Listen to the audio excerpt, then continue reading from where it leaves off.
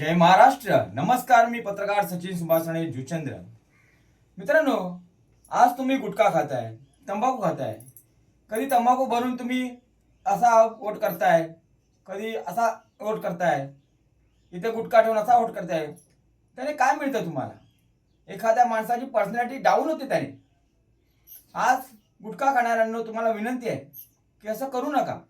आज गुटखा खाऊन तुमचे दात सडतात.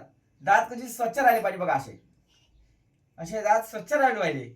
आणि गुटखा खाणाऱ्यांनो, तुम्हाला एक विनंती आहे की तुम्ही फक्त असं 4 बोटं तोंडात टाकून बघा.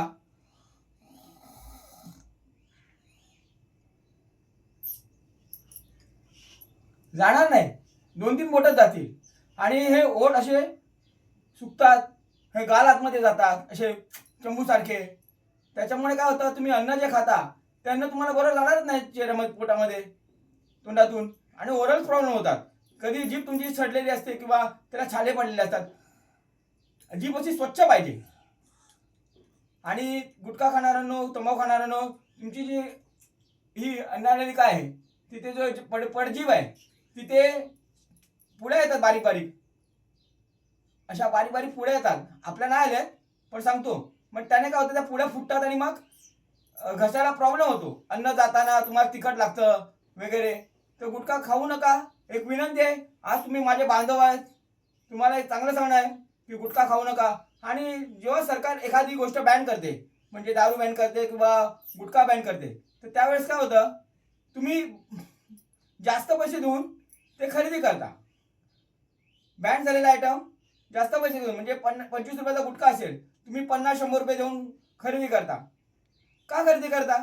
कारण तुम्हाला ती सवय झालेली असते. किंवा असं दाखवायचं असतं की आम्ही बॅन झालेला असताना सुद्धा आम्ही घेऊन येतो. पण तो दुकानदार तुम्हाला ठगतो, तो पानपट्टीवाला तुम्हाला ठगतो, तो वाईन शॉपवाला तुम्हाला ठगतो. तुम्हाला ते जास्त आणि चढ्या पैशामध्ये देतात. सरकारला महसूल मिळतो ऑलरेडी. त्यांनी जीएसटी दिलेली आहे, जीएसटीवरनं त्यांना महसूल मिळतो. सरकारचं काही नुकसान होत नाही. पण जो दुकानदार तुम्हाला ठगतोय त्याचा ठगेकरू करून मूर्ख बनवू नका. आणि गुटखा आणि तंबाखू खाऊ नका, एक विनंती आहे. कारण नंतर म्हातारपणी आधीच तुमचं गाल सुकलेले असणार आणि नंतर गुटखा खाऊन अजून तुकलेले असणार. मग तुम्ही अन्न कसं खाणार? तर एक विनंती आहे, गुटखा खाऊ नका. आणि पानपट्टीवाल्यांना सुद्धा कचरा पेटी ठेवा आणि थुकणाऱ्यांसाठी एक डबा ठेवा. माझे महानगरपालिका कर्मचारी, बीएमसीचे कर्मचारी तिथे साफ करतात, भिंती साफ करतात. तर त्यांना अशा अडचणी करू नका. स्वच्छता ठेवा. आणि रस्त्यावर इथे तिथे थुंकून रोगजंतू पसरून काय मिळतं तुम्हाला?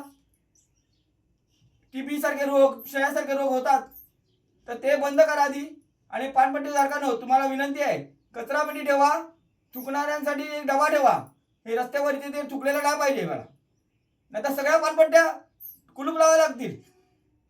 जय महाराष्ट्र.